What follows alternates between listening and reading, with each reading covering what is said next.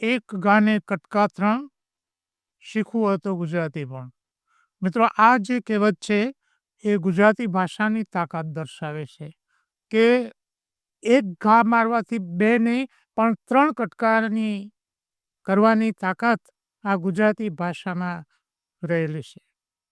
પણ મિત્રો, કમનસીબી એ છે કે જીપીએસસીએ એનો જે ફેરફાર કર્યો છે પરીક્ષાની પદ્ધતિમાં, એમાંથી ગુજરાતી ભાષાનું વજૂદ કાઢી નાખ્યું છે. નમસ્કાર મિત્રો, અક્ષર અકાદમીના ઓનલાઈન પ્લેટફોર્મ પર હું પ્રોફેસર ડૉક્ટર બી.સી. રાઠોડ આપનું સ્વાગત કરું છું. મિત્રો, આજનો આ જે વિડીયો છે એમાં ગુજરાત સરકારે ખાસ કરીને જીપીએસસીએ જે નિર્ણય લીધો છે, જીપીએસસીની મુખ્ય પરીક્ષામાંથી ગુજરાતીનું વજૂદ કાઢી નાખવાનો નિર્ણય એ ગુજરાતીની દુર્દશા કરનારો નિર્ણય છે. ગુજરાતમાંથી ગુજરાતીને દેશવટો આપે તેવો નિર્ણય છે અને આ નિર્ણયથી ગુજરાતને, ગુજરાતીઓને અને ગુજરાતી ભાષાને નુકસાન થવાનું છે. તો પછી આ નિર્ણય કોના લાભાર્થે કરવામાં આવ્યો છે? તો આજનો આપણો આ જે વિડીયો છે એ વિડીયોમાં આપણે આ મુદ્દાની ચર્ચા કરીશું. જોઈએ વિગતો. મિત્રો, જે ફેરફાર કર્યો છે એ તમને કહી દઉં કે જીપીએસસીની મુખ્ય પરીક્ષામાં હવે ગુજરાતીનું જે પેપર છે એના માર્ક્સ ગણાશે નહીં. ગુજરાતી અને અંગ્રેજીના બંને પેપરો 300 માર્ક્સના રહેશે, પણ એના માર્ક્સ ગણાશે નહીં. એમાં માત્ર 25% માર્ક્સ તમારે લાવવાના રહેશે પાસ થવા માટે. એટલે એનો મેરિટ એટલે કે ટોટલમાં એની ગણતરી કરવામાં આવશે નહીં. આ ફેરફાર જીપીએસસી દ્વારા કરવામાં આવે છે.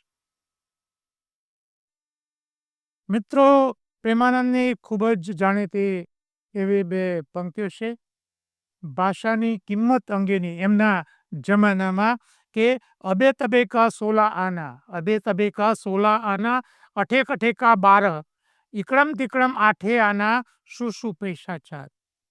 એટલે કે અબે તબે કા 16 આના, અબે તબે એટલે હિન્દી, એની કિંમત 16 આના, અને અઠે કઠે કા 12, અઠે કઠે એટલે મારવાડી, એ મારવાડી ભાષાની કિંમત 12 આના, અને ઇકડમ તિકડમ આઠે આના, ઇકડમ તિકડમ એટલે મરાઠી, મરાઠી ભાષા છે એની કિંમત 8 આના, અને શું શું પૈસા ચાર, અને ગુજરાતીની કિંમત માત્ર 4 પૈસા.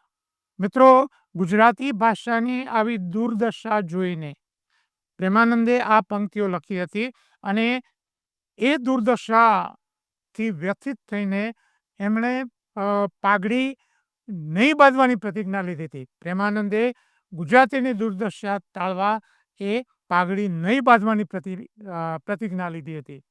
દલપતરામે ગુજરાતી રાણીના વકીલ થઈને એ ગાયકવાડ સરકાર સમક્ષ એમણે રજૂઆત કરી હતી અને ત્યાં પછી ગુજરાતી ફરજિયાત કરવામાં આવ્યું. આપણા સાહિત્યકારો કાકા સાહેબ કાલેલકર અને ફાધર વાલેસ, એમની માતૃભાષા ગુજરાતી નહીં, પણ આ બંને લેખકો સવાઈ ગુજરાતી બનીને જીવ્યા.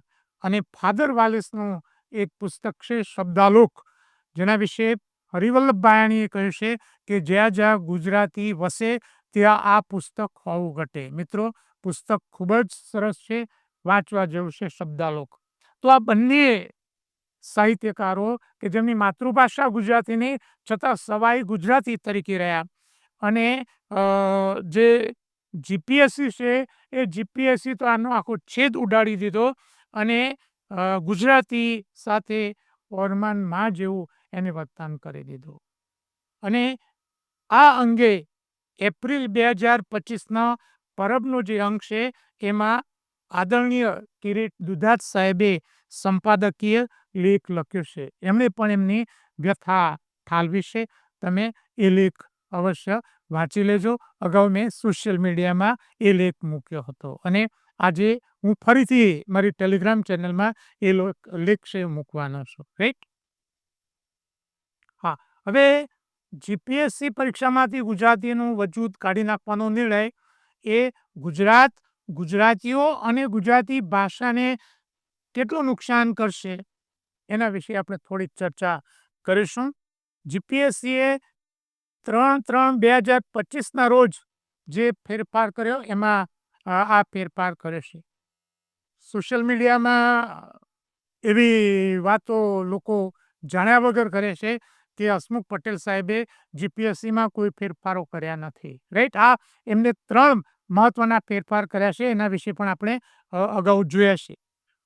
પરિપત્રથી જીપીએસસીની મુખ્ય પરીક્ષામાંથી ગુજરાતીનું વજૂદ કાઢી નાખ્યું છે. ગુજરાતીમાં 300 ગુણના પેપરમાં માત્ર પાસ થવા 25 ગુણ લાવવાના રહેશે અને તેના ગુણ મેરિટમાં ગણાશે નહીં. અને આ અંગે ગુજરાત સરકારનું વલણ એ બેવડું વલણ છે. ગુજરાત સરકારનું વલણ એ બેવડું વલણ છે. એક બાજુ એ માતૃભાષાના જતન માટેના પ્રયાસો કરતી હોય એવા પ્રયાસો અથવા એવા કાર્યક્રમો કરે છે. 15 ફેબ્રુઆરી 1961 થી the Gujarat official language act અમલે છે કે 15 ફેબ્રુઆરી 1961 થી આ કાનૂન અમલી છે કે ગુજરાતમાં ગુજરાતી ભાષા ચાલશે. આ ઉપરાંત 2023માં વિધાનસભામાં આ સરકારે એક બિલ લાવી છે, the Gujarat compulsory teaching and learning of Gujarati language bill 2023. અને આ જે બિલ છે એ બિલમાં એવી જોગવાઈ કરવામાં આવી છે કે ભલે અંગ્રેજી મીડિયમની શાળાઓ હોય પણ એમાં ગુજરાતી એક વિષય તરીકે તો ફરજિયાત બનાવો. આમ એક બાજુ અંગ્રેજી માધ્યમની જે શાળાઓ છે એ શાળાઓમાં ગુજરાતી ફરજિયાત રાખવા માટેનું એ બિલ લાવી છે અને અંગ્રેજી માધ્યમની શાળાઓમાં ફરજિયાત ગુજરાતી વિષય ભણાવવામાં આવે છે. અને જીપીએસસીમાંથી એક બાજુ એનું વજૂદ કાઢી નાખે છે. એક બીજી વાત મિત્રો તમને કરું કે માતૃભાષા દિવસ 2025 એકી સાથે માતૃભાષાના ગૌરવગાન કરતા 365 જેટલા કાર્યક્રમો યોજાયા.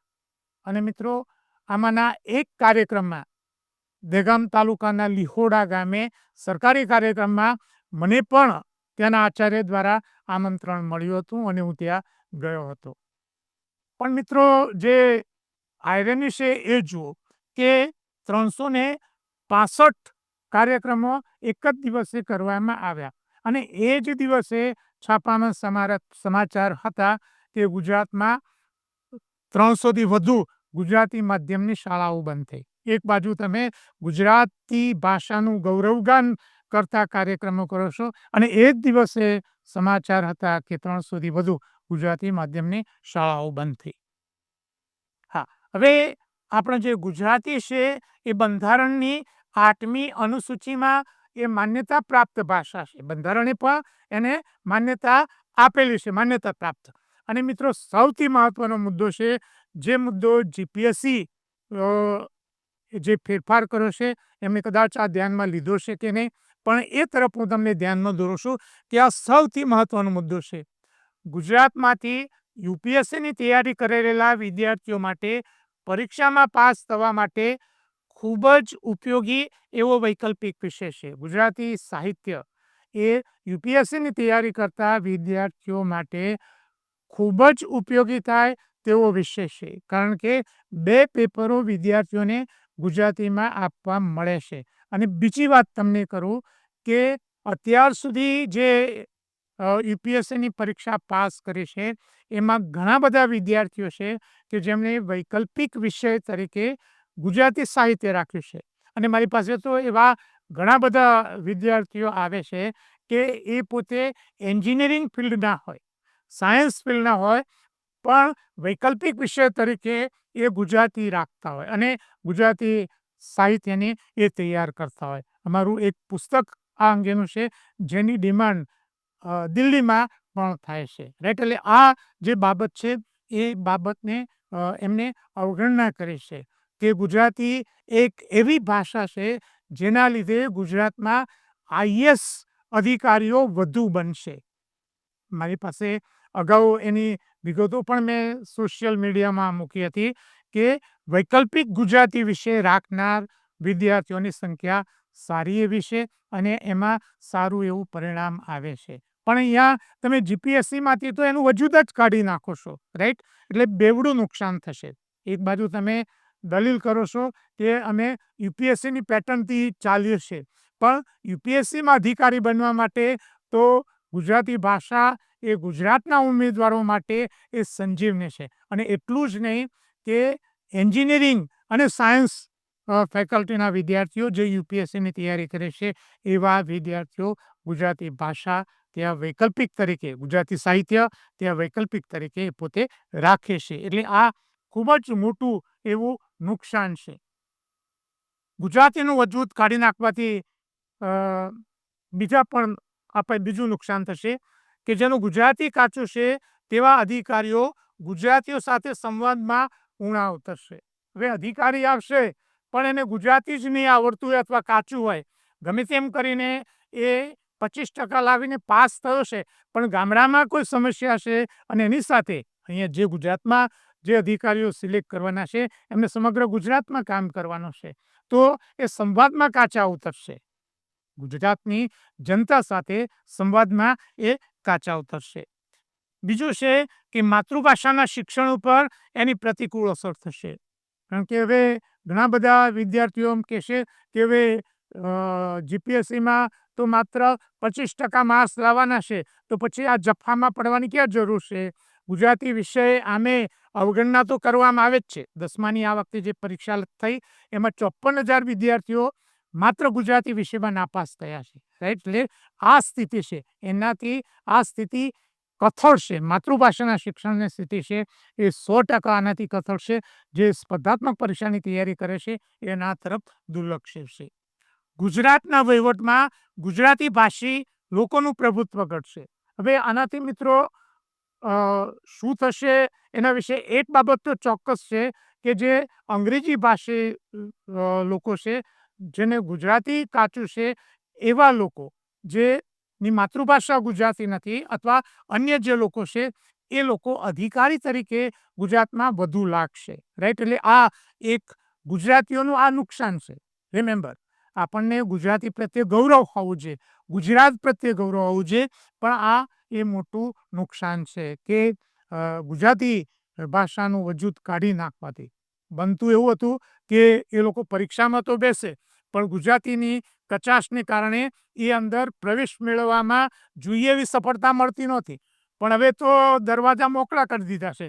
માત્ર 75% લાવો અને વહીવટમાં જોડાવો, રાઈટ? આ ખરેખર ખોટું થયું છે. શાળા કોલેજોમાં ગુજરાતી ભાષાનું મહત્વ ઘટશે આના લીધે કે જીપીએસસીમાં તો કશું એનું વજૂદ નથી. માત્ર 75 માર્ક્સ 300માંથી લાવવાના છે, તો ગમે તેમ કરીને લાવી દઈશું. એટલે શાળા કોલેજોમાં ગુજરાતી ભાષા છે એનું મહત્વ ઘટશે. હા, હવે ગુજરાતને જે નુકસાન છે તે આપણે જોયું. ગુજરાતીઓને નુકસાન, ગુજરાતી ભાષાને નુકસાન અને ગુજરાતની અસ્મિતાને નુકસાન. માતૃભાષાની અવગણનાથી ગુજરાતની અસ્મિતા ઉપર કુઠારાઘાત થશે. અને મિત્રો, આમાં હું વધુ બોલું એ પહેલા મુનિ ઉદય વલ્લભ વિજયજીનું એક પુસ્તક છે, શિક્ષણની સોનોગ્રાફી. એમનું એક અવતરણ છે, એ કોટેશન છે, હું આપણી સમક્ષ રજૂ કરું છું. એ બોલ્યા પછી મારે બીજું કશું કહેવાની જરૂર રહેશે નહીં. એક પણ બોમ્બ ઝીક્યા વગર અને એક પણ રક્તબિંદુનો પાત કર્યા વગર જો કોઈ પ્રજાનો સર્વનાશ કરવો હોય તો તેને તેના ધર્મ, સંસ્કૃતિ અને ભાષાથી અળગી કરી દેવી જોઈએ. જો પ્રજાનો સર્વનાશ કરવો હોય કોઈ પણ પ્રકારની હિંસા વગર, તો એ પ્રજાને એના ધર્મ, સંસ્કૃતિ અને ભાષાથી એને અળગી કરી દેવી જોઈએ. જો પ્રજાને આપણે બલ્બ કહેતા હોઈએ અને ધર્મ, સંસ્કૃતિને વિદ્યુત કહેવી પડે, તો આ વિદ્યુતનું પરિવહન કરતી જે વાયર સિસ્ટમ છે એ ભાષા છે. એટલે કે જે ગુજરાતની જે અસ્મિતા છે એ અસ્મિતાને એ નુકસાન થશે.